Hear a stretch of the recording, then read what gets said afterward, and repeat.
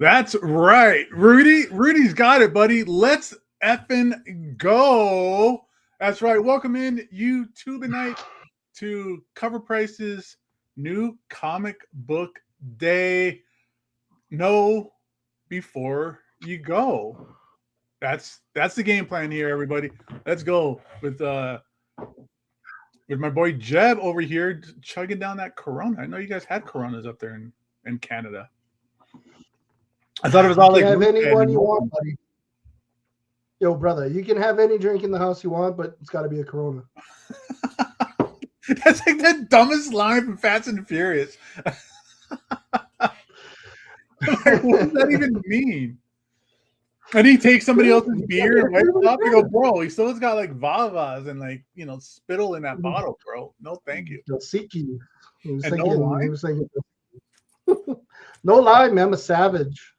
Yeah, dude, that's wild. That's wild. Anyway, speaking of wild, everybody, welcome to the new comic book day show for February 10th. I'm Gabe. I love 90s comics. And we still have our quota for Canadian host with my boy, infamous Jeb over here, man. How's it been going? I'm good. I'm still collecting Venom, and everything's symbiotic and awesome. How's that treating you? It's been tough, guys. It's been tough to be a Venom fan lately. I'm not gonna lie, but you know what, guys? Just because your team's down, the scoreboard's really, really bad, and you're probably not going to win, but you know what? You stick with it. You never give up on your team. That's right. It's a restructuring year, right? For That's 8 years. For the next 4 years from what I read, but I hear you, man. I used to collect hardcore into Venom and Carnage back in the early 90s. To the point where I had a bunch of and this will date it 100%. I used to have a bunch of Venom and Carnage pogs and slammers. Yeah. Dude, and those are so cool. I would put those in a frame and make them look pretty, and they would be a really cool display thing. That's probably what I would do with those. But no one can beat the Bagley era, the freaking David Michelini, Mark Bagley era of things. Yeah. Can't beat it, honestly. Dude, that's the stuff I grew up reading, was that Michelini. Bagley is my Spider-Man artist. Like, when I think of Spider-Man, it's a Mark Bagley image of Spider-Man that I think. Because not only did he do Amazing Spider-Man, but for a while he was doing both Amazing Spider-Man and Ultimate Spider-Man. Like, he was pumping out 2 Spider-Man titles a month. And nice. Yeah. But he has such a style, and he's so good at what he does, where you could tell that Ultimate Spider-Man was younger. Like, he was smaller, and his body was a little bit, was smaller in size. Like, he was shorter and smaller in size, while regular 616 Spider-Man was, bigger and beefier and looked like a man, so manly. It was, Peter's not a kid anymore, people. No way, dude. He was dating a supermodel. Like, come on. And he's dating MJ, who is not Venom at the time. Okay. All right, everybody. Is everybody ready? I think we're ready. You're ready, Jeb? I'm ready, homie. Yeah. All right. Best day of the week, right, everybody? It's new comic book eve. It's Taco Tuesday. Can't get much better until you get tomorrow morning. You hit up the comic book store. But with that said, let's get everybody in the know before you go. So first up here, do I do it like this? How do I do it where we are on the screen as well? I don't know if it matters. Either or. You can put our beautiful faces on the screen. I'm sure no one cares. But yeah. It doesn't work this way. But whatever. Who cares? Right off the bat. Yeah, dude, right off the bat. Are we excited? I'm excited. I'm excited for this. Not only am I excited for this, I'm also very, very, very appreciative of Lefteros. He always brings out these great slides for us. He hooks it up with all this great information for New Comic Book Day. I joined the Discord recently, just so I got more people to talk comic books with. So all that, shout out to him. Shout out to all the homies in the Discord. Shout out to everybody here. watching live in the chat, hit that like button. If you're new, hit that subscribe button. Bro, we just hit 7,000 subs on the channel. Yo, so let's go, baby. Yes, that is as excellent and exciting, and I'm glad to see everybody here. I'm glad to see the channel the channel grow. But let's bust into this bad boy, bro. Number one on the list today. No, not the list. This isn't the list. But number one today, first thing we're talking about, Absolute Wonder Woman Annual. Number one. Wonder Woman versus Absolute Medusa. Look how crazy Medusa looks on here. That is awesome. That is great. Man, and also it was like, it's kind of neat because I don't really understand this whole relationship. So I'm really excited to see, like, you know, how this will kind of expand on, like, how did these two become like a kind of like a host and a, the Greek, how are they sharing like the same body at one point? Like I said, I haven't been like super big into the Absolute Wonder Woman, but this is definitely intriguing. Yeah, Absolute Wonder Woman's been great from the beginning. I fell off because I'm just gonna pick this up in trades since the trades are coming out. Yeah. But I thanks to the crossover with Absolute Batman, I kind of jumped back into the singles. So it's a great read, and I'm definitely gonna pick up this annual. And I've said this before about annuals when we were talking about the Absolute Batman annual. Mm-hmm. Stores never seem to order a lot of annuals. My store or my previous store I used to go to, they even emailed me and said, "Hey, do you want this or do you want us to take it off your list?" I go, "No, dude, I want Absolute Batman annual." So that's going to be another thing to pick up for here on Ultimate Wonder Woman. Annuals seem to kind of just fly under the radar. People seem to not want it, so stores don't want to order it. I think it's a separate byline. This is back in the day. This is back when Diamond was around, but it was a separate byline for the annuals. It wasn't a part of the subscription. Like you put in Ultimate Absolute Wonder Woman, it wouldn't include the annual. It would be a separate line item that you had to add on there manually. I don't know if that's still the case, but I know that was at one time, and that always caused these books to not be ordered as much and things of that sort. It's just a bigger book, right? So the price points are going to be a bit higher. Obviously, not in the US, you lucky bunch of bugs. USA.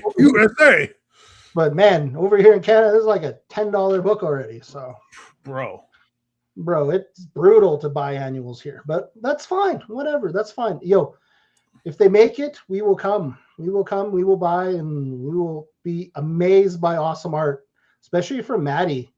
Maddie puts out the just banging art every time. Yeah, and this is a cool wraparound cover. Hayden Sherman has been just killing it on the art, like covers, interiors, all that stuff. This is a good book, man.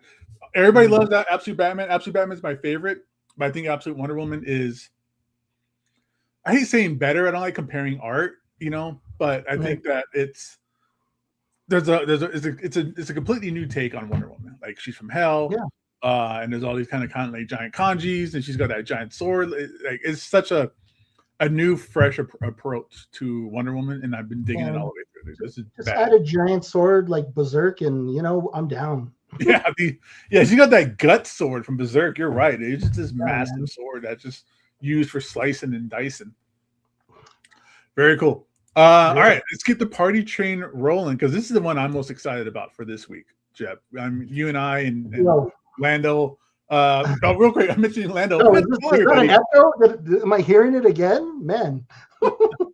Lando's not here tonight, everybody. Shout out to him. Send him all your positive vibes. He just had an emergency at work kind of thing. So and he like called us or left us a voice message in our Instagram chat. He's like, my hands are cold. I'm trying to get snow off of my car. You guys can have that, dude. Forget that. We loves you, buddy. We loves you, and the show must go on. Absolutely, dude. He's here in heart and in soul, and we got vibes for him, and he's the man, dude. So I'm sorry he's not here, but like I said, we still got our Canadian quota here with Jeb. The YYC boy, guys. The YYC boy. He's still here holding it down. Word. Speaking of holding it down, Bleeding Hearts #1. That was a terrible segue, but either way. This is, man, this book, I'm pumped for. It's a new book, new series. by Dennis Camp, who is like the rising star in comic book writers, I think, right now. Yeah, dude, like his stuff's blowing up right now, even spec wise. Yep, it's it reminds me of Donny Cates. When Donny Cates was not quite Donny Cates, but was not quite the that bad boy. Not quite the bad boy of comic books. Yeah.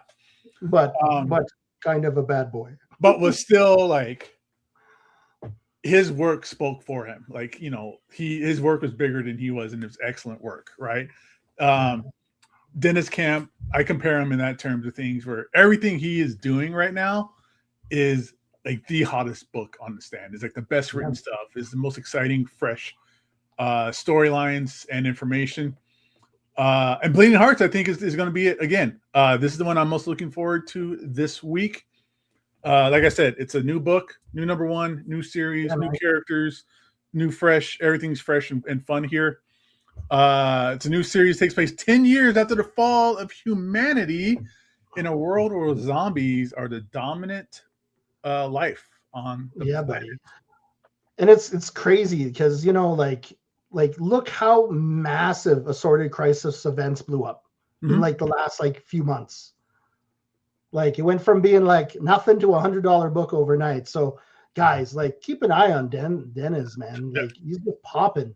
Well, I mean, also, not even just that, bro. Like I first ran into him when he was doing Ultimates in the Ultimate line, which is like my favorite book of the Ultimate line was Ultimates. Absolute Martian Manhunter is another banger. Crisis, like you're talking about, it's another one that just people are loving the read. Like you're right, his stuff is like hot, expensive, prices are charting, right?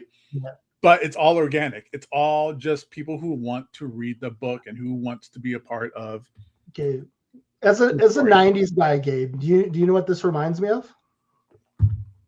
Tell me. Like, think about this one: Mort, the Dead Teenager. Oh yes, Mort, the Dead Teenager. I saw this cover. I was like, "That's Mort, the Dead Teenager." And also, what's cool about this is I don't know if this is the first book of it or the first title, but Vertigo from DC Comics is coming back. It's back, baby. It's back. That was when I was first reading comic books, dude. I was a Marvel zombie, no pun intended. I was a Marvel zombie, and I read the only stuff I read outside of Marvel was Batman and all the Vertigo books. Like I was reading Preacher and Transmetropolitan and Swamp Thing and 100 Bullets and Scalped and all that stuff. It was just for mature readers, right? It was just like a little bit more mature, a little bit more, I don't know, real world type of stuff, and a little bit more, I don't know, like mature reader stuff. Exactly. It was outside. There's no superhero universe stuff other than Swamp Thing. But you got just a wide variety of different stuff. Like you had Sandman, that was like supernatural. You had Transmetropolitan, that was political. Preacher, that was, you know, I don't know how you describe Preacher. Preacher is Preacher, right? Like it's a guy who got the voice of God and told somebody to count all the sands on the beach and stuff. But and that's what I'm looking forward to with this new launch of Vertigo is top creators doing, you know, non-superhero books. Like it's basically almost creator owned in the idea that it's, you know, it's their take on stories, it's their new stories, and get a different variety of storylines. So you got a zombie book here, 100 Bullets is coming back. There's a few crime comic books coming out of Vertigo too. So I'm excited for Vertigo and Bleeding Hearts. Again, Dennis Camp is untouchable. It's unbeatable at the moment. So I'm picking this up 100%. Yes, 100%. I believe you. Everybody here in the chat, man, they know Dennis is just fuego. That boy is fuego. Good for him, dude. Dennis Camp, X interview of this book. It's going to be good. There's some positive chat in here, except for this Mark, the dead teenager person. Jeez, who's talking about that again? It's you and this guy. Well, it's beautiful 90s at its best, baby. Beautiful 90s stuff. More dead teenager, and then you got God, who's the lazy guy that got superpowers? God, I got the trade here somewhere. Gosh darn it! It was Doug Monkey. We were just talking about it at the comic book store the other day. I don't see it. Either way, it was a guy. It was just some slacker bum guy who just got superpowers and just used it to watch TV and eat TV dinners. But yeah, basically Sentry. Basically Sentry without Bullseye killing his wife. That's right. Spoilers. All right. Yeah, this is gonna be an interesting book, dude. I'm pumped for this book, man. I don't know what to expect from Dennis Camp other than good. Right? It's gonna be good. It's gonna be enjoyable. It might be weird and it's gonna be crazy out of control. So I'm pumped for this book, 100%, dude. I reached out to him to try and get him on the show to talk about it today, but I didn't hear back. So that's next time.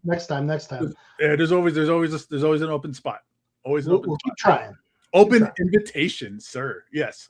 All right. So Bleeding Hearts #1, guys. Check it out. There's some cool covers for this book too. I'm not sure we're gonna see the covers.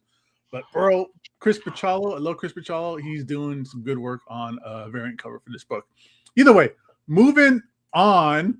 And speaking of moving on, it's Cyclops #1. We got a new Cyclops series popping off here. It's also the first appearance of Tearjerker, Sockeye, Blitz Temple, and Endzone, who are all members of the new Reavers. And there's also, and this is again, shout out to the Lefteros for always being on top of the news. First appearance of an unnamed young mutant as well. Yeah, I actually got to read a preview of this, and it was, it's not bad. Cyclops is like one of those characters, you either love him or hate him, or really, really, really hate him. But for me, Cyclops has always been like that head guy in X-Men, When you see Cyclops, that was the guy. That was the guy I grew up with. Yeah, he's a jerk, but you know what? He gets stuff done. Well, yeah, that's the thing with Cyclops. That's who he is he is the leader of the group, and sometimes as the leader of the group, you end up having to be unpopular because you're making unpopular decisions. You're doing what's right as opposed to what's popular or what other people want. Sometimes you kill Charles Xavier. Sometimes you start your own kind of offshoot of the X-Men. Sometimes you have this weird mental affair in your mind with White Queen. We've all been through it. We all know how that is. And sometimes you your mind goes 10 years into the future and there's a revelation about it. And sometimes you get that really cool costume, the X, across the red costume was the best, man, with the big X on the forehead. Yeah. I love that era where Brian Michael Bendis was writing both X-Men and Uncanny X-Men. Yeah. We got the young X-Men from the past got pulled into the current, time or whatever. I really enjoyed the X-Men Blue. Yeah. That was a really good series. Way under, I don't know. It was fun because they could take all the younger guys and they can just kind of do whatever they wanted with them and put them in this crazy fight, put them in this crazy story. It was cool, man. Yeah. Good stuff back then. And hey, if you're a Cyclops fan, if you're an X-Men fan, if you like first appearances, this checks off all those boxes for you guys. All right. Moving on. Let's do something fun here. Look at this. One of the biggest crossover of the year, last year pouring into this year, is DCKO. Issue #4 is coming out this week. And I mean, other than it being the penultimate issue, I love that word, penultimate, is also the first appearance of the Absolute Universe in the regular Marvel universe, or not Marvel universe, but in a regular DC universe crossover thing like this. So you're going to have, I like how they call it the Dark Trinity, but yeah, you got Absolute Batman, Superman, and Wonder Woman coming together for this fight. For me, so the way I look at this, right? It's they're all obviously mind control, right? Am I wrong? I'm wrong. I'm following. I'm picking up what you're laying down, son. Yeah, they're all there, and then they're going to go back to your universe and probably never remember this ever happens. That's my take on it, but I don't know, man. I think it's cool. Anytime you get a Trinity together, whether it be Thor Iron Man and Captain America, or this incredible team that has been just building up, and just the series has just been insane. Like every book after another, and we did get to see a little preview and saw that, spoiler, sorry, like Joker switched sides, which I was like, that's nuts. But okay, let's go. Every book's been good. Even like the little cross or side satellite issues series has been good. The crossover issues has been good. And that's like, I'm kind of kicking myself in the pants that I wasn't reading this from the start and went all in. I had to just pick up the hardcover or something for it later. But because it's a very rare, like hen's teeth kind of situation where a crossover event is actually really good. Like usually, I've been burnt too many times getting into crossovers, and it's, you get like 2 or 3 issues out of like the 20, and only 2 or 3 of them kind of matter. But this has been just everybody's talking great. Big crossovers are not worth specking on ever. Right. Because big crossovers is just, the main series and then a whole junk load of filler. Yeah. I mean, it's not even the spec for me. It's just like, oh, this is boring, or I just read 6 issues and, only one kind of mattered and everything else is kind of just fluff, so. Could this book possibly blow up and be acetate? Freaking, what was it? Acetate Gate Part 2? Not unless there's somebody like making unauthorized acetate covers and attaching it and selling them at a convention, and let people skip the line or whatever kind of nonsense like drama. Yo, everyone gonna go in. They're gonna be KOing everyone to get this book. Oh man, it's gonna be nothing but Joker versus Red Hood the entire time. Yeah, baby. Yeah. So yeah, this is it, everybody. This is we're getting to the end of the story almost. We're getting the absolute universe kind of popping in. What's going to happen if Darkseid wins? Like it's, there's a lot going on with this series. So I can't wait to, read it when it all comes out and read it all together. I'm going to enjoy it that way for sure. Word. All right. Coming up next, some more first appearances courtesy of our boy Lefteros. Man. And here you go with G.I. Joe.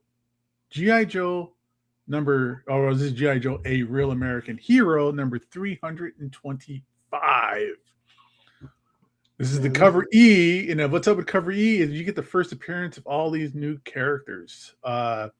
Downrange and RC. I'm assuming Downrange is the female here, the sniper, since she has that kind of sniper rifle thing going on. RC is obviously the tech dude with the headgear.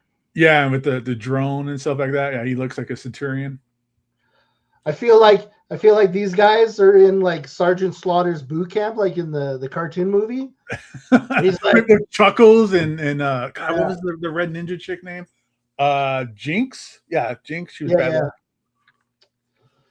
What are you gonna be? Awesome. That's right. Awesome. Yeah, it's Chuckles, who didn't say a single word in the movie, and no one knew his name and stuff. Yeah, but it was just the dude that was wearing the Hawaiian shirt.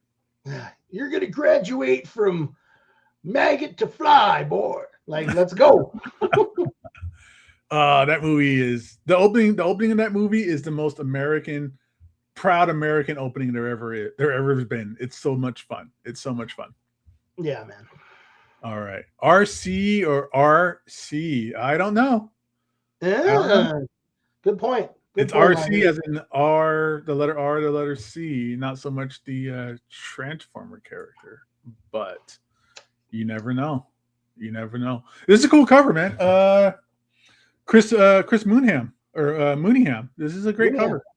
Yep. I like his art style. And hey, it's Larry Hama's been writing this book from the beginning. There is no G.I. Joe without Larry Hama. Got some new characters on here. So have at it, everybody. Yeah, dude, Liger Style knows what's up. Dude, it's the greatest opening of any animated cartoon ever. Dude, it's so bad. It's like bad as in like badass. I will argue that Inhumanoids is probably one of the greatest cartoon openings ever. But that's me, man. Inhumanoids was like supposed to be part of G.I. Joe's world, but parents cried and complained and whined and then got it canceled. Parents complain about humanoids? Inhumanoids. Yeah. Okay. Interesting. Another great one. We're falling down a rabbit hole of great cartoon intros. I know, bud. I know. I love it. We can talk about it for hours. Yeah. King Arthur and Knights of the Round Table. Do you remember that cartoon? Yeah. Where it was that high school football team, like their bus fell off a cliff and they landed in Arthurian times, and they had like the suits of armor where like the lance would come out of his chest and stuff. Like it was bad, but dude, that opening was like, Visionaries. Visionaries is another great one. Yeah, that's another one with they had the holographic shields and like creatures would come out of it and stuff like ghosts and animals. But yeah, dude, King Arthur had like just a heavy metal, just rock melt your face off heavy metal opening song. It's great. Everybody go out there and find it on YouTube. It's great. The rest of the shows, your mileage might vary, but that opening intro is the coolest. It's so rad. Cops is another great one. Yeah, that's another great one. Good job, Liger Style. He knows what's up. Yes, bud. Yep. Reboot. I don't remember Reboot. I was a little too old for Reboot. Reboot wasn't exactly that era. Reboot was where like 90s. Yeah, that was early 2000s or late 90s. Yeah. Yeah. 90s. That's where Dan DiDio, former president, editor-in-chief, whatever, head honcho of DC Comics, he came from Reboot. That's kind of where he got mixed into things. Oh, that's cool. Yeah. The more you know, everybody. Yep, the more you know. All right, we're moving on. Speaking of cartoon intros, Immortal Legend Batman has nothing to do with the cartoon intro, whatever. But Immortal Legend Batman number 6. This is like another Elseworld style book that people are loving. Great Dan Mora cover. Kyle Higgins, the great Kyle Higgins writing on this. But Let's Rose has this on here because we're talking about first appearances in this segment. And it's the first appearance of the Immortal Legend Batgirl and Red Hood, even though Red Hood is not named. Man, I feel like this, just because, it came out at the same time as Absolute Batman, it got just kind of like forgotten about this book. But man, it's like power. If Batman was Power Rangers with the tokusatsu like costumes and stuff, and like last issue introduced the Joker of this universe, like this is a crazy book, man. And the art, like Dan Mora, dude, just kills everything in this book, and just is so cool. Yeah, dude, Dan Mora is just this era of comic books. Like he is king of the hill. Like his art style seems to be the one that people are kind of trying to keep up with and mimic and learn from. It's him and Jorge Jimenez. Those guys are my king. The amount of work they pump out and the quality, it doesn't change. Yep, loving it, man. Great work. They Dan Mora and Jorge, they pump out the work. They can do like 2 titles a month, it feels like. So yeah, man. So, perfect. 100%, guys. I say this is always a pickup. This is a cool series, and it just keeps getting cooler and cooler. I love all the versions of Batman's villains. Again, just it's kind of overshadowed by Absolute Batman, and that's okay. I'm sure everyone will go back and pick this up later. I mean, what isn't overshadowed by Absolute Batman these days, right? So Dork. That's true. Ah. Dork took down Absolute Batman from the top 10 list. That's been destroyed him. It's just been that top 10 list for the longest time has been just saturated. No, that's a negative word. Sorry, has just been sprinkled with so much Absolute Batman and Little Dork, which I love the book. Like the little engine that could took it down. Just ripped them off. I was like, man, that it's cool to see because it's the love's still out there and everyone, like, not only are we getting like that Kanto energy and all that stuff, but like you can do a lot with Dork. You can make cartoons. I would like an adult cartoon, kind of like Invincible for that book. I think that would be awesome. I would like a little stuffy of Dork or Vox Machina. Like perfect. animators to do his story. Yep. Something kind of out of the like Don Bluth studio of things, Space Ace or Dragon's Lair or Dragon's Lair, that kind of stuff. Yeah, bud. 100%. Perfect fun stuff. All right, so it's going to keep moving on. Speaking of perfectly fun stuff, everybody, Moon Knight #1, Mark Spector, a new Mark Spector #1. Great main cover on here. This is awesome. But we're talking about the first appearance of a new villain, only known as Mr. Smith. Dum dum dum. I think this is cool. I have like a funny feeling Mr. Smith is Raoul Bushman, but I'm not 100% sure, so I can't 100% tell you. But man, this new Moon Knight series, if you guys saw like a couple weeks ago, there was a foreshadowing variant, and we see this new version of Moon Knight. It has these giant claws and this giant beak, and it looks like him and Khonshu like combined or whatever. Anyways, this is the series that this is going to be happening in, because there was already a statement cover that like popped out. So we're going to get a really cool new version of Moon Knight in this series. I love this cover by Ian Gist, though. Like, this is a really cool cover. Yeah. Gist is just, he does like it's art, you know what I mean? Like he's obviously, he does like the painting, right? Yeah. And the layered, and it's just all his stuff's, man. All his stuff's very dramatic, heavy colors, and just, yeah, it's always really, really like, I don't know, like pretty, No, it fits. Like, I love the shadowing. I love like the hieroglyphs on here. Like, I mean, he's doing great work, man. I'm proud of his work. It's really cool stuff. All right, so Mark Spector #1 for all the Moon Knight fans out there. But we're gonna move on to Sirens Love Hurts #1. This is the new Babs Tarr. I love Babs Tarr. Like, I love her work. It's so cute and fun. This is Babs Tarr doing the art, and Teenie Howard doing the story. But this is the first appearance of Black Canary, who is Dinah Laura Lance. I'm not sure who that is, but we'll find out by reading this book. I love this cover. Like, look how just cute and like sexy everybody is, and they're all having fun. It's a 17+. Something's going on in this book. Girls' night, boys. Girls' night. Mm. Oh, what did they say behind our backs? Oh no. Man, you can't have these many girls together without being catty and fighting amongst themselves. So it should make a good series. Oh, absolutely. I mean, we've had these characters team up plenty of times before. They had a great Gotham City Sirens, excuse me. Yeah. That book was fantastic with Gillian Marsh on the art. And here, this is the movie though, guys. I wasn't a massive fan of that movie that came out, but that's like the worst. That was the last movie I saw in theaters before COVID hit, and then everything shut down, right? And I was like, oh man, the last movie I saw. That was the last movie? That was the last movie, yeah. That thing was mid as AF, but that's just my opinion. Again, I could be wrong. You guys might be right. I don't know. I don't really care. Yeah, whatever. I was worried. I was like, dude, is the last movie I'm ever going to see in the theater going to end up being friggin' that Harley Quinn? That could have been it, man. That's not good. Yeah, dude. Thank God things opened up, and I went and saw Tenet. But yeah,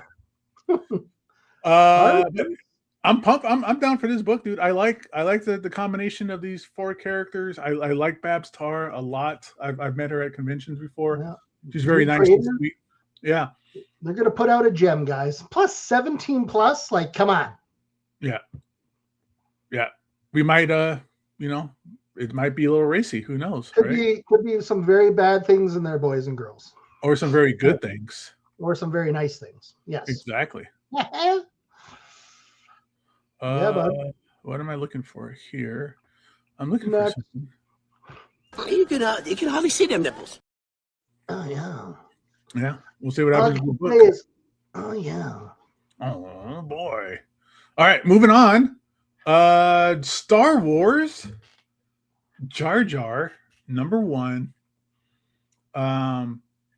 This is the first appearance of Mira Bridger, who's Ezra's mother. I'm not sure who Ezra is. Oh, that's Ezra from the other series. The Last Padawan or whatever. First solo Jar Jar title. You know, everybody out there who's been asking for Jar Jar's own comic book, you've been heard. And also a Kelleran, I'm assuming that's Beck appearance. I'm not sure. I know zero about Star Wars, and even and negative 100 about Star Wars comics. So. When did the Star Wars fans cry out for a Jar Jar series? That's my big thing. I'm just like, wow, you did it. Jar Jar did it, everybody. Everyone clap. He got his own comic book, guys. I don't know much about Star Wars. I don't know a lot about Jar Jar. I guess he became like a senator or a politician, and he looks like that here. I don't know. Can you imagine him being up there? It'd be like, and you're like, huh? Did we vote for this? Hey, I don't get it. You know what? This might be this week's dork. Who knows, right? Like this might end up being. I doubt it, but you know, things do happen. Jar Jar is definitely a dork. In the Star Wars world, that's for sure. Hey, if you're into Star Wars, you're that Star Wars guy that gets every title. You got one more here for you that you're gonna love. You got to get Jar Jar. You got to get Jar Jar. I'm trying to be like super enthusiastic about this. I'm sorry, everybody. Man, I don't know. Is this just? Let's go. Let's keep going. All right. Speaking of other things that are amazing and excellent that we all love but secretly hate, we got Supergirl number 10. First appearance of Neela Nar, who is a Kryptonian spirit. Interesting. You know what? I've been like running through this book, kind of just flipping through it, and it's been actually not bad. Yeah. I like Sophie Campbell's artwork. Like I like when she was doing Ninja Turtles for a bit. Yeah, man. Like it's not a bad series. Not a bad series. Like I got zero complaints. Just a day, just a girl being a girl doing her thing. She's just invulnerable and has a really cool dog. And yeah, you know. Yeah, well, I'm here. She's got a fat orange Garfield cat. Yo, is that a Kryptonian cat? No, I hope not. What would his name be? Everyone in the comments, what would a Kryptonian cat's name be? Just saying. Let's go. I'm actually really excited to hear what people would have to say about that. We'll see, man. We'll see. Dude, our people were clever. They'll come up with something funny, I'm sure. But here's something you don't see very much on a comic book cover, and that's words. Word bubbles. Yeah, I mean, this is even more rare. A thought bubble. When's the last time? I can't think of the last time I saw a thought bubble in a comic book, let alone on the cover. So, and it's such a hard choice, you know. It's such a, and I don't want to like just make this sound bad, but this is such a girl hard choice. Should I hang out with my friend or should I hang out with my boyfriend? You know, you're going to go hang out with your boyfriend. Yeah, because you don't hang out with your friends and do nothing but talk about your boyfriend. That's right. People have friends like that, you know. Where you wanted to go hang out with your girl, you want to go hang out with your guy, but you're hanging out with your friends, and all you want to do is talk about them. You might as well just. That's right. So, you know you're going to go on your date with your boyfriend, and just get over yourself. Yeah. Do I go on a date with my crush or make up with my best friend? If only I could do both. Sounds very Archie-ish almost. Yeah. So there you go. Yeah, buds. Oh yeah. All right, let's go on and keep moving through the list. We got great stuff. As we talk about Ultimate X-Men, this is the final issue of Ultimate X-Men, issue number 24. Nothing better than the first appearances in the last issue. First appearance of Yuri, and this is the final issue. This is written by Peach Momoko and drawn by Peach Momoko for all 24 issues. I'll give it up to her for that. Like that's an achievement. How often do we see creators stay 2 years on a book as a writer and the artist? Never. So Never. It's usually so achievement unlocked for Peach. Yeah, Peach has leveled up. She's the household name now, guys. Everyone knows who she is. She's not going anywhere anytime soon, and we're going to get a lot of awesome and kind of okay art. I don't know. I have a love-hate relationship with Peach, so all her, like, I've always loved the whole fact that, like, her art looks like kind of like pencil crayons. Uh-huh. I've always loved that about her art. And then every once in a while, it's like people are pushing her to do too much at a time, and then just sometimes the quality is lacking, in my opinion. But that's just me. I hear you. Because again, it's a powerhouse, and she does pump out stuff. Exactly. Even with all that, it's if she does a cover, forget about it. Like it's going to be there's still a lot of Peach Momoko collectors out there who will pick up anything and everything that she produces, which is fine and fair and perfect. I mean, I wish there was an artist out there that I could collect everything up that they do, you know? So yeah.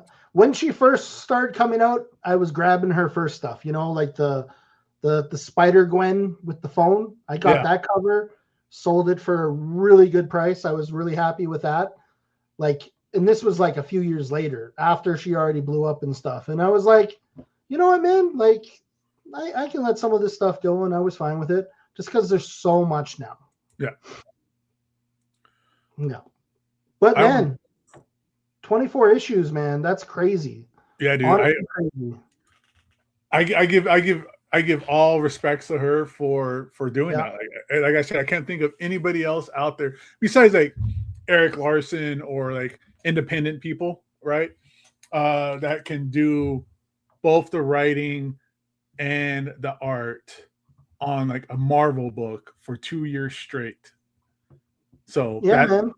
I mean, hey, she's in a different pantheon of creators at this point for me. What did at RP8? Dude, I would love to see Peach on Big Hero 6. That would be awesome. I think that would be perfect. That would be sick. I'd be down for that. I watched Big Hero 6. I showed it to my kids not too long ago, and I was like, man, I just fell down like this Big Hero 6 rabbit hole and started watching like the TV show and stuff like that. So yeah, I would love to see more. I still love the original Baymax more. Sorry guys, I like the giant scaly humanoid robot Baymax. The big like dragon. Fool this man! Dude, sorry, like the fluffy guy, he was cool, but he wasn't as cool as the original. Yeah, I never knew about Big Hero 6 until it came out, till like the movie came out, and I was like, oh, the Marvel comic? Oh, it showed up in some random Shang-Chi comic? Like that's random. No, it was like Sunfire. Was it Sunfire? I think it was like Sunfire, X-Men stuff. I think they like popped up in that. Man, it was so long ago. I just remember getting the first issue and being like, yeah, these guys are cool. Speaking of guys that are cool. Oh yeah. All right. Speaking of guys that are cool, let's move on to skip. No, Alpha Flight. Thank you. No, I'm back to that nonsense. No more Jar Jar. Nope, delete that. Absolute Wonder Woman annual. We're gonna move on to some cover action. This B cover by Hayden Sherman is sweet. This is nice, dude. You got that big old Buster sword. You got that Final Fantasy VII / Berserk sword on here. That's awesome. I love that the Minotaur is like such a big character in the series. Yeah. I like how they still got that giant kaiju from like issue 2 or whatever on here as well, tearing up the city. Yeah. That's rad. That's cool, man. I'm gonna pick this up, man. I'm interested to see what happens because usually these annuals don't get picked up and they end up having some kind of cool story in it, you know? Or some just random something in there. Just it's a good place to put random stuff.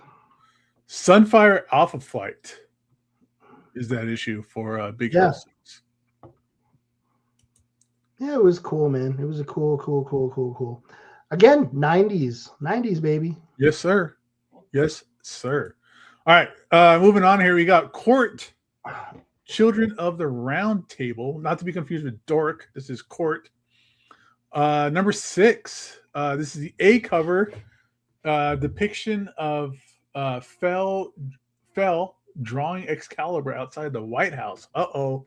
Dun, dun, dun, dun. And this is the final issue of the series. Everybody's just getting big old swords. Like, you have to have a cool big sword.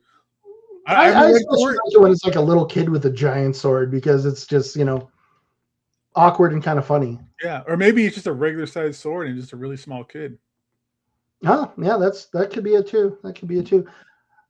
And this series reminds me of that. It was like a cartoon series that was not that long ago, where all like the Greek gods, were in a school, and I forget what the show was called. I'm someone out in the chat world could tell me. It was like Class of Titans. That's what it was. This reminds me of that, but King Arthur stuff. Yep. I haven't read Court. I mean, I don't know anything about this, but now I'm interested in what this lady is doing in front of the White House with the big old sword, if it really means anything or not. Gonna cut it in half. It opens up like a portal to like some other weird dimension or something cool. Yeah, we can only imagine that. Maybe she rides the sword like a surfboard. That would be cool. Oh, like when Wolverine had an adamantium surfboard. Yeah, could you imagine? That would just be ridiculous and fun. Right on. So speaking of ridiculous and fun, let's get into. I was just joking, but this is kind of ridiculous and fun, and I think that actually worked out here with that segue. DCKO number 4. This is the B cover. That's by the great Daniel Warren Johnson, showing Batman as like this luchador wrestler. This is awesome. He's got a chair with barbed wire wrapped around it. That's bad, because they don't hit people with chairs anymore in wrestling. So, dude, that's those are some shoulder pads. Let me tell you. Yeah, that's a John McFarlane shoulder pads right there. Cape action. No, he's like El Kamazats.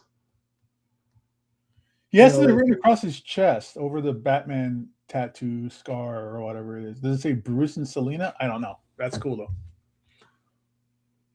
If the whole book was just this and it was like a straight up wrestling book, like when Daniel Warren Johnson was doing Do a Powerbomb, I'd have been all over it if it was just like this. Let me see him in these like wrestling pants that have like Biff Bam Pow Crash on it. Dude, I was just gonna say, man, he's got the onomatopoeia pants. Yeah. I want a comic book of this now. Damn. Now you gotta grab that. This is gonna be the one. This is gonna be like the big KO one. This is cool. I like this one too much. Yeah. I mean, if you're a wrestler fan, this is you. This is you all the way. Can you feel it? I wish we had like a little Degeneration X little, but no, we don't. Yeah. So we had like a bottle crash, like the Stone Cold intro music or something. Yeah, man, that would be sick. Can I get a hell yeah? Hell yeah. Yeah, brother. Suck it. All right. Yeah, brother. All right. Moving forward, what else we got going on today on the cover selection side of things? More DCKO number 4 covers. This one is, I love this fight poster cover. This is rad.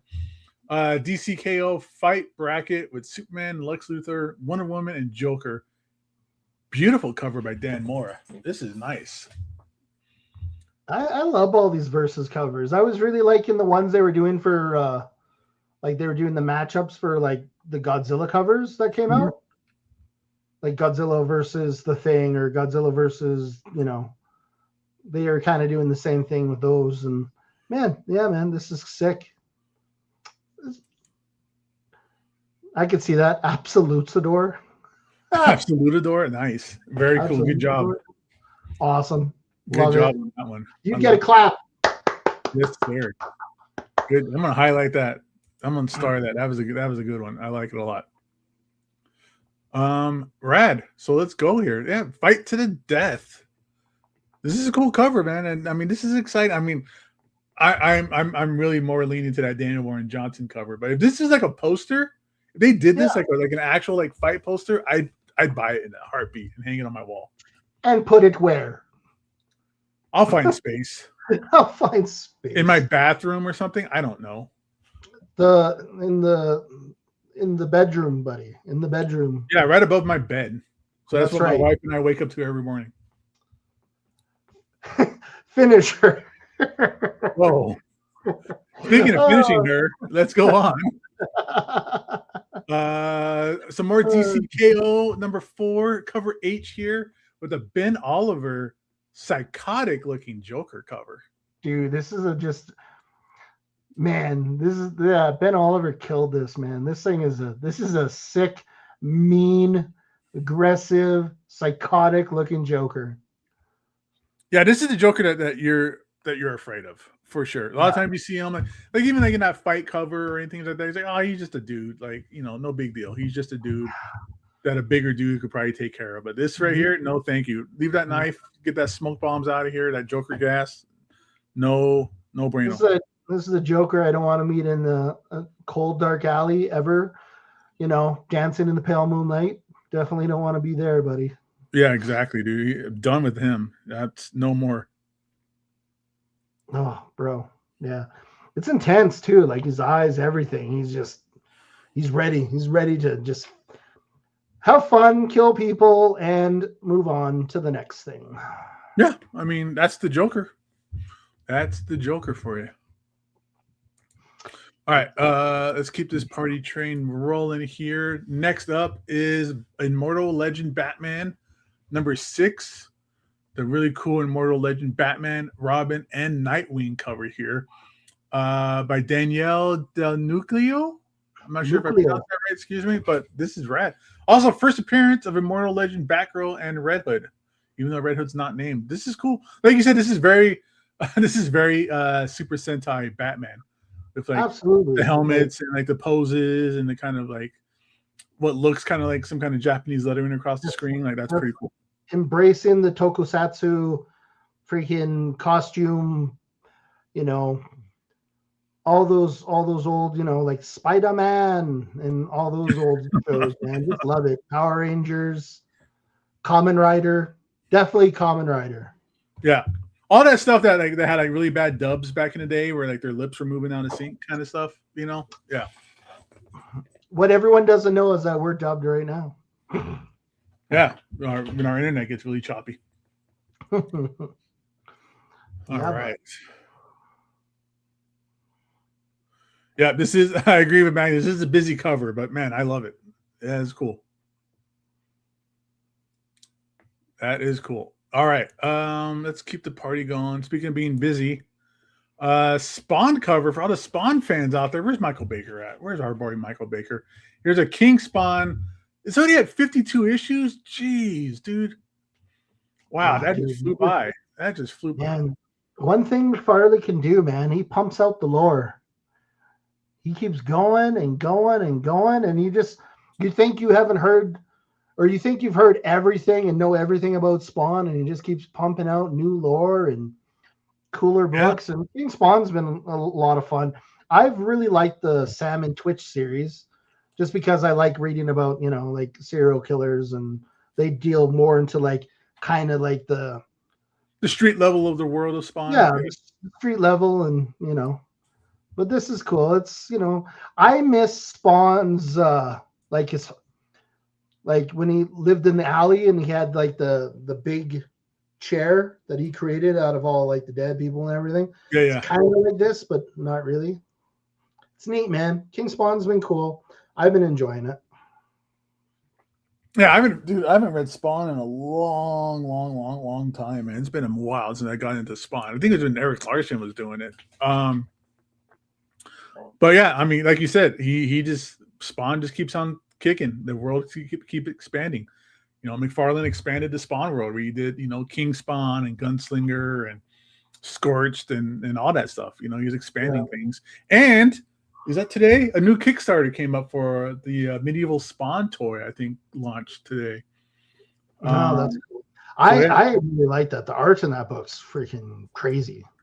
Oh, really? Yeah, like the new kind of like Viking medieval. Yeah, dude, the arts in that's crazy.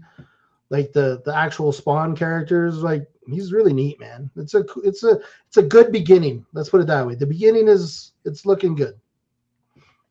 Right on, dude. Right on. I'm just glad to see Spawn still going. He you know, this character and this world has has a lot of fans and hardcore followers. So glad to see that going. But this is a rad cover by Kyle Nagu. Like, that's bad. All right, moving on. We got a cute, adorable little like Valentine's Day card looking cover here. Supergirl and Crypto Valentine's Day card by Chrissy Zulu. Like, this is so cute. This is fun.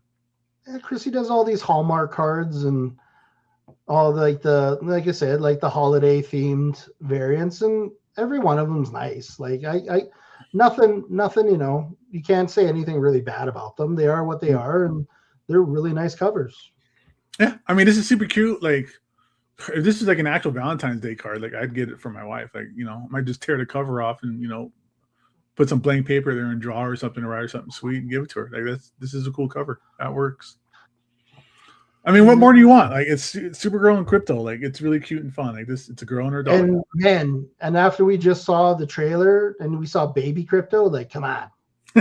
Yeah, way to make it even cuter by giving us the baby version of Crypto and like his origin, right? Yeah, dude. Just slam it in our faces, and who doesn't love a puppy? Exactly. Bad people don't love puppies. All right, let's keep going with some wild covers here on Absolute Batman number 14. This is the second printing B cover. Absolute Batman versus Absolute Bane. This is a Jarrell Perel second print cover. Like, this is like super buffed out Bane. I mean, he's super buffed out in the book, but this is super buffed out Bane.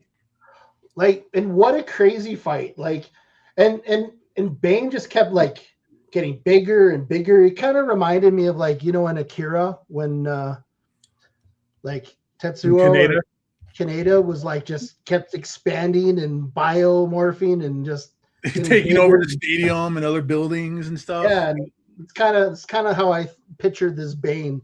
Like, again, the great thing about Absolute Batman is the crazy amount of body horror, like the Cronenberg body horror-esque, and the ending to this story was just, again, Joker is a monster, guys. He's barely in it. You don't see him, but he does some of the most despicable, terrible stuff in this book. Yeah. The impacts and like the crazy, like I'm going to say, like the Epstein energy that comes off that crazy guy. Like, it's nuts. Yeah. Yeah. 100%, dude. He is even before you get into like issue 15 and you see like his true form, like he gives you the creeps. Just a few times that he's shown up, I'd be like, this guy makes my skin crawl. So, yeah. And that's what they wanted, and it's working, man. Yeah. They did a good job of it. They made that work for sure. All right. Speaking of making things work, here we go. Second printing of Absolute Batman number 15. This is just a gnarly Absolute Joker versus Absolute Batman cover by Gabriel Dell'Otto. This is crazy cool. Yeah, dude. I ordered so many of these. It's actually ridiculous how many of these. Just because I was like, you know what? If any cover gets bought out, it's going to be this one for sure. Absolutely. Yeah. Like, no pun intended, but I mean, this is the hottest book that came when it came out, when the original first printing came out. That sold like crazy, and there was covers everywhere, and every comic book store had their own cover and all that kind of stuff, and it still sold out and needed a second. When we were waiting, and I saw that they're getting the second print, so they're doing all the regular covers in foil, and then they're like, and a Gabriel Dell'Otto random second print that's going to be with these, and I was like, no way. Buy. Yeah. Ordered. Man. Pre-ordered. Yeah. Yeah. And if you go on like Instagram, you can go to like Dell'Otto's page or whatever. You can see like him painting this, and he was posting lots and lots of books. It's kind of cool, man. It's got that Saint George versus the Dragon kind of vibe. You know what I mean? Like, that's kind of like how I'm feeling this, like, kind of fight between these two out. Yeah, and it's just a great fight cover. Like, this is cool. A lot of fight covers this week. Yeah, a lot of fight covers this week. All right, we got some more Batman 15 second prints going on too, with this foil Virgin variant. That was the original A cover to the book.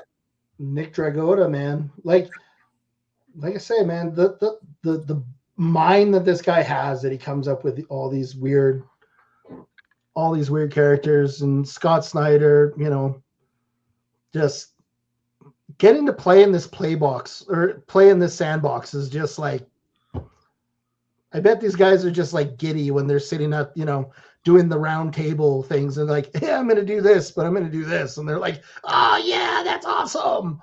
Yeah.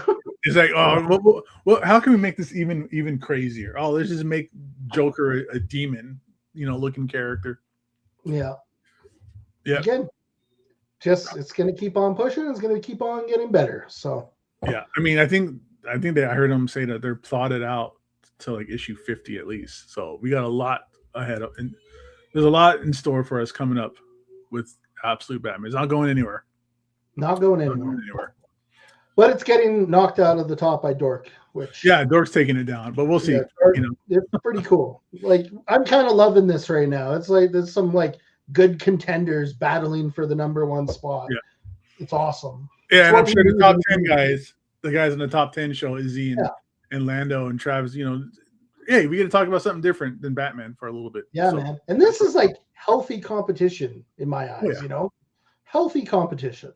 Yeah, it's not about what's better. It's about just what people were talking about at the time, That's right. Incredible Hulk, number 30. This is the 1 in 25 incentive cover for the second print of number 30. So it's the first appearance on Unrevealed, an origin of Feral Hulk. First appearance of Mother of Horrors. And like I said, this is the second print, but this is the 1 in 25 variant. This is actually not the 1 in 25 variant. This was an accident. No, this is the regular cover, and we have the 1 in 25. I think like it's one of the next images. I don't see it. Oh, we'll figure it out. Either way, if you want a really cool cover of the Hulk's hand and wrist, you got it. You got the it. First cameo appearance of the Inferno Hulk. Holy crap, guys. Honestly, I am really digging this series. It's really cool, man. Just the fact that something has control of the Hulk's body. There's just no way this doesn't end up good in the Marvel universe. Yeah. Whenever anybody's controlling the Hulk, it's not a good thing. The Hulk can't even control himself. That's right. Dude, so cool. That's a rad cover for sure. All right. Let's keep rolling here with a Black Cat number 7, super sexy 1 in 100 cover by Ivan Talavera. Yeah. Man, Ivan's a beast, dude. Like, he put out that Spider-Man 23 Mary Jane Venom cover. Man, okay. It's hot. And this one's hot. And there's just this guy, he can't lose. He can't lose. He draws the hot honeys. And I like the weapon behind her. Yeah, dude, it's cool. That's rad. It's cool. And like, I can't get enough of Black Cat. So. Oh yeah, nobody can get enough of Black Cat. She's had a series in the last few years. She's just such a cool character. I don't know what it is that draws me. Like, whatever. She's a cartoon character. She's hot and she's whatever. But she's just a neat character. She just does her own thing, and whether it be good or bad, she's a very human character. I mean, she doesn't really have superpowers. I mean, the bad luck stuff, but like that's not really something that you can see. It's not like she's shooting laser beams or like she's super strong or anything like that, But she's got what it takes to keep people excited for her. And that's the thing, is there wouldn't be 100 covers of her. There wouldn't be 1 in 100 covers like this. There wouldn't be like all these different series that she stars in if she wasn't in demand, if she wasn't, moving the needle a little bit in terms of sales and excitement. So yeah, let's keep it going. I'm just looking in the comment. Black Cat versus Catwoman. That would be that would be a good matchup. Yeah, I'm surprised they didn't do that in the Marvel DC team up stuff. That's right. It's time. Let's put it that way. It's time. We've been waiting for that forever. Yeah. And Jay says Brooklyn. I mean, this is going to be a hard cover to get like in tip top condition, like all black. Oh, Yeah. Scary to think about the cost of a 1/100, and then you can't find like a near mint plus, copy, right? So good luck again, guys. Win some, lose some. That's how we go. Yep. And dude, and stores, that you can't really claim it as a damage. You get another one a lot of times either too. So Catwoman does not have the same super soldier serum as Captain America. That was just some 90s Spider-Man cartoon stuff that wasn't a real thing. But apparently she stole the Infinity Gauntlet, and then the Infinity Gems became people or whatever. I don't know. Yeah. All right, moving on.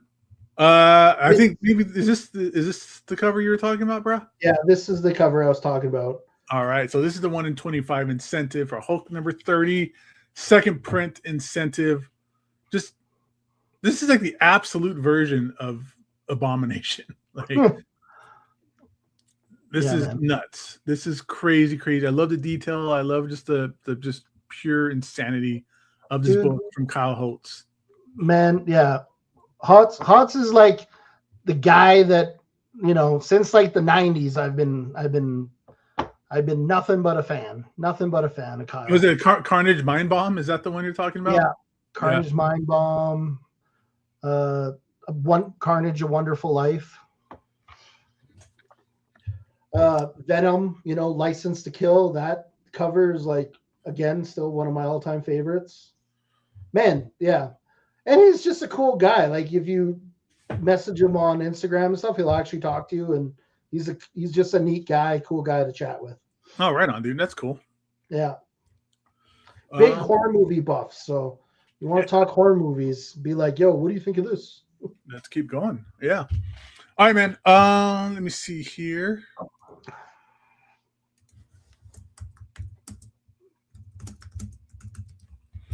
Let's go ahead, Jeb. What's up next here? Oh, we got this awesome Deadpool cover, and I'll be right back.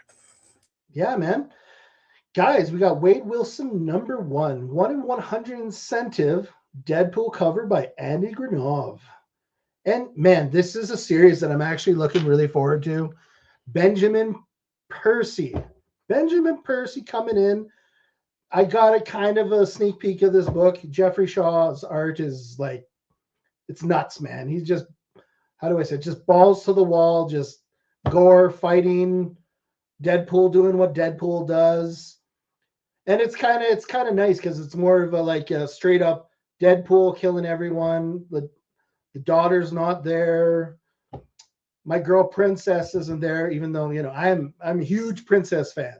Love Princess because symbiotes and all that.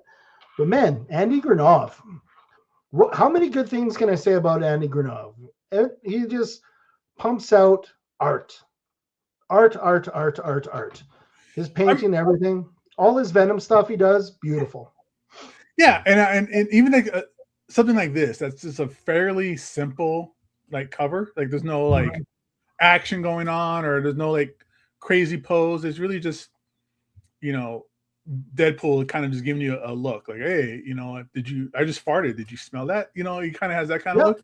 But it's just it's a simple cover, but it's spectacular. Like he does great work with very little like on the page, right? Like there's not like bombs in the background or buildings or anything like that. And you're like, dude, this cover is still killer.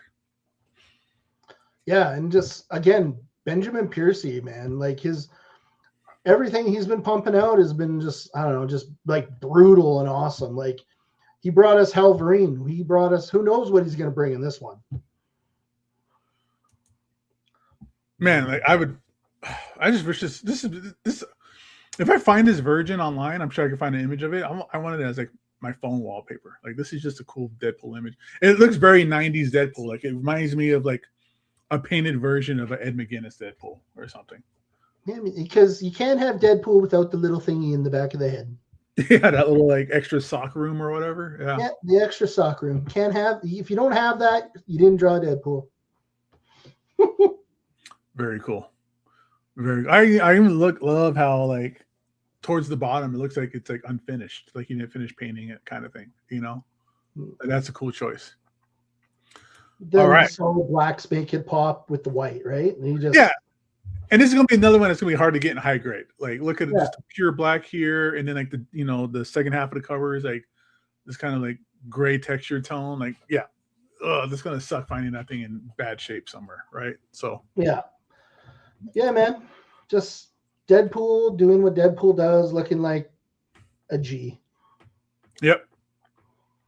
And this is all like, I'm assuming, and I've seen him do paintings before, like online, and I've seen his work, in person. This is all like hand painted. Like, this isn't digital stuff, I think. Yeah, I still think he just lays down, he's just slinging down paint by hand still, the brush and all that stuff. Yeah, dude. Yeah. Granov is a gem. Definitely a gem. With some of the greatest longevity. Very cool. Here we go. 1 in 100 for Mark Spector #1. I'm assuming this is supposed to be the Virgin cover. Yeah, it's supposed to be a Virgin cover. Okay. Well, it's okay, guys. Left Arrows is doing his best. The guy's got a lot on his plate and a couple little mistakes here and there. It's okay. It doesn't matter. We appreciate him for everything he does. This is still a great cover by E.M. Gist. We were talking about it earlier, and I'm sure this is a Virgin is just killer. But again, it's been the theme of these 1 in 100 covers this week. This is going to be tough to find a high grade. Like, again, it's all solid colors down the spine of that book. Yeah. I always wonder what the back covers of these look like too, because sometimes you'll get like a regular looking cover that's not all black or whatever, and then the back cover is like some all black ad, and like, damn it, this is where it's going to happen. This is where I'm going to find 6 spine ticks. Oh, it's just like, oh man, it's always close to the staples. Staples. Yeah. Sometimes it's funny to look at some books and be like, what were they doing with it when they put it in the sleeve? Were you like banging it on the counterverse, then they put it in the sleeve? It's not even that. It comes that way in the mail. I don't know. Marvel is through Penguin. I've heard not the best things. Yeah. I haven't heard the best things about their shipping. I don't know if they changed it or whatever the case might be. But I've worked in comic book stores for so long, and I've done the Tuesday orders and all that stuff. These things just come like they used to. This is the Diamond days, but it would just come in a box that was filled with omnibuses sometimes. Like, they just throw it in there. Like, it's not with the rest of the orders. They don't put it in a bag and board themselves. It's just another copy of a book that they just throw in there mixed up with trade paperbacks or whatever. So good luck, everybody. Good luck, stores. I feel for you. I've been there. It is what it is. Yeah. And hopefully it's not a store that, they up their order just to get the 1 in 100, and that happens to them. You got to be very cautious with those types of ordering. Yeah. Cool. And that is Jeb. That's the new comic book day picks and stuff like that for the week. Yeah, buddy. Yeah. So real quick, a little bit more we got here. Everybody's sticking around, which is badass. We're gonna look at CovrPrice and take a look at what we got going on for the picks, the new comic book day stuff for new releases. See what's happening on the aftermarket so far on books and other kind of cool, fun stuff. So let's see. Let me do, what is it that Lando looks at here? We're looking at current market trend, percentage highest to lowest, or is it estimated value? Highest to lowest. Value. Let's see what happens. Let's roll. What's up here first? Oh, there's some rad stuff up here already. Look at this. We got that McFarland signed 1 in 250 for Gunslinger Spawn number 50 coming out. That's pretty bad. Already pumping at $200, dude.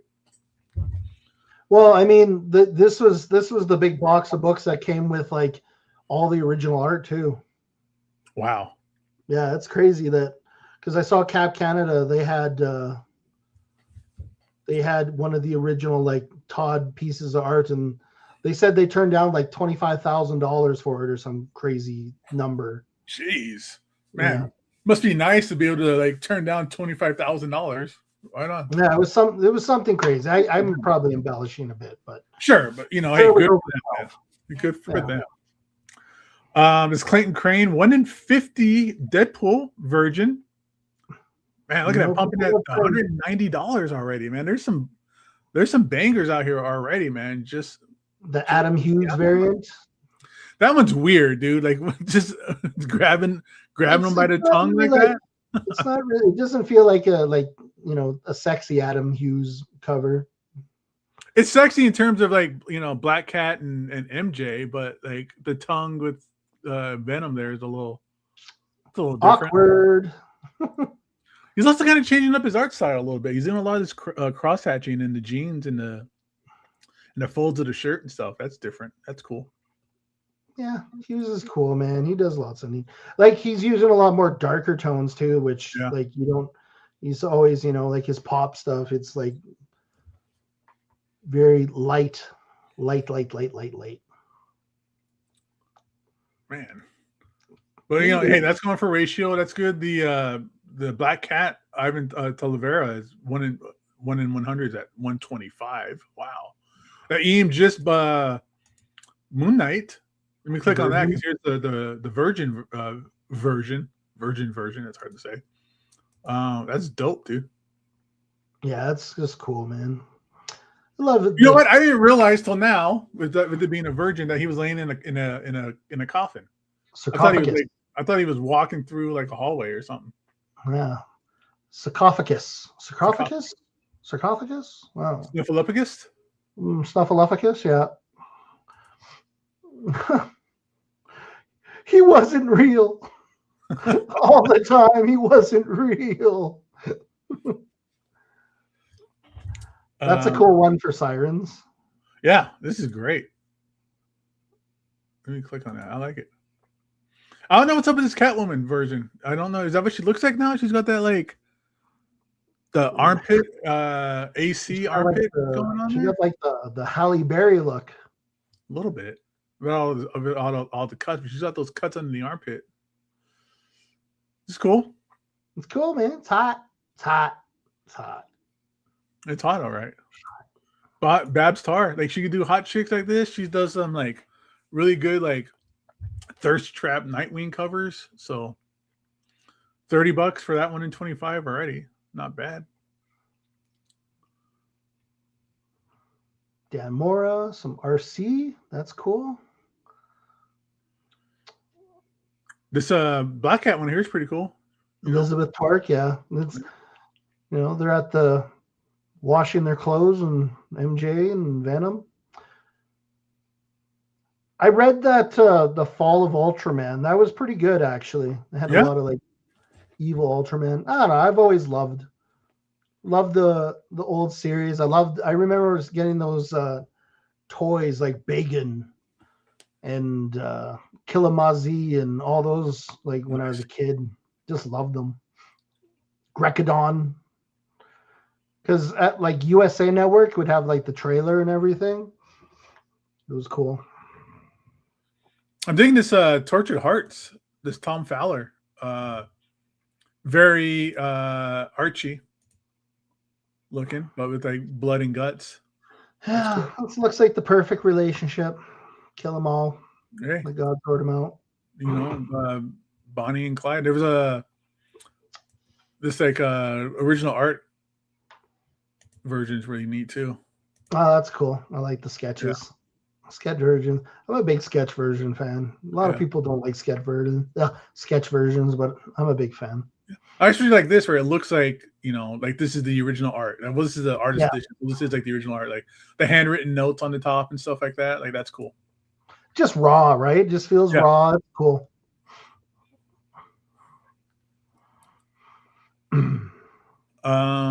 The Thing on the Doorstep that comes out this week. There's 1 in 10 version for that. The Thing on the Doorstep. Is that's not like has anything to do with like Dead by Daylight? I'm not sure, but it's a new Image like horror comic series. Well, it looks interesting. I'll have to give it a read tomorrow because they have a character in like Dead by Daylight called The Thing, and he's got a weird long neck, or is it like something like that, like The Thing or The Abnormal or something? I don't know. I can't remember, but it was really cool. Dude, I'm loving his G.I. Joe cover, this Destro cover. This is rad. This is, if I can click it to expand, but this is cool. Cobra! What's this Snake Eyes on here? Is this issue 326 or what? Ah, this is cool. That's 326 next week. I'm going to want that. Loving Snake Eyes. All right. Dude. Yeah, Snake Eyes is cool. Dude, these Sirens Love Hurt. They're getting some cool covers. This Derek Chu one's real nice. So is this Micah. Yeah, and that Derek Chu would probably be a good one just because it would have like her like kind of first appearance cover, even though she looks like the regular Black Canary. Yeah, but that's cool. That's fine. Whatever. When the DCKO number 4 without the acetate, that's what the cover looks like. Everybody looks kind of mean. Just evil. Yeah, dude, you just can't. There's just so much. The second prince popping out of Absolute Batman is just crazy. Yeah. Again, awesome for the comic book community. I love it. Yeah, especially for people who couldn't get it or whatever the case might be, you know. And you can't poop on second prints because you never know, because they could be worth ridiculous money later on. I think this hanging in Absolute Wonder Woman annual cover. This is great. Yeah, Hanging's cool. The snake, that's cool. You know, just because Medusa's involved. Yeah, absolutely. Yeah, that works out really well. I like that a lot. I like it a lot. I like it a lot. Do you like bread? I like bread. Yeah. They're doing facsimiles of the Man Who Has Everything storyline, huh? The Superman. Wow. Yep, that's cool. Raphael Albuquerque. Oh yeah, Noble versus Supergirl. That's kind of neat. And it's cool because, you know, the movie's coming and they're both in the movie, and yeah. Oh, here's Gillian Marsh not doing Hot Sexy Chicks. Go back to it. No, just joking. Stick with what you know. What are you doing? Stop that. Get back in your wheelhouse. Man, yeah. Dude. Not as Brian Bowman. That's Ventriloquist is great. Yeah, dude, that's a great Bolin. Scarface holding it down, looking psychotic. It's like what was that? Dead Silence with Mary Shaw. That movie, super underrated horror movie in my opinion. Definitely one of James Wan's better horror movies. Never heard of it. All right. Oh, dude, Dead Silence, so cool.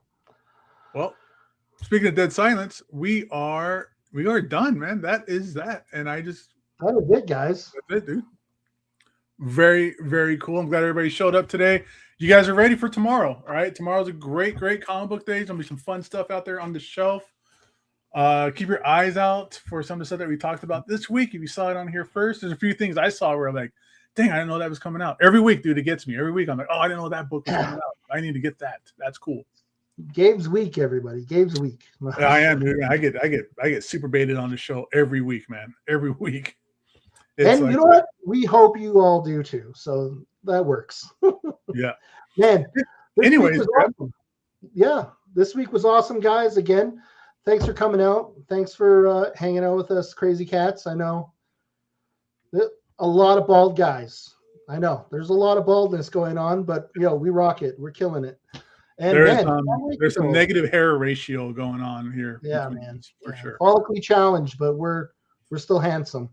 And man, let me tell you, like I'm excited for next week's new comic book day, and we're gonna be here, and we're gonna be with you guys, and just so you know, before you get that FOMO. That's right. So stick with us. We'll see you guys next week. to talk about next week's books, get you guys ready for all the fun stuff for next week. Tomorrow is Matt and John will be doing comics covered. And then Thursday, I'll be back with the other Lords of the Long Box to go over the Shakers. So again, from me and Jeb, thank you guys so much for coming in. We're gonna bounce out, guys. Have a wonderful, wonderful night. Until next time, boys and girls, keep digging in them long boxes. Peace out.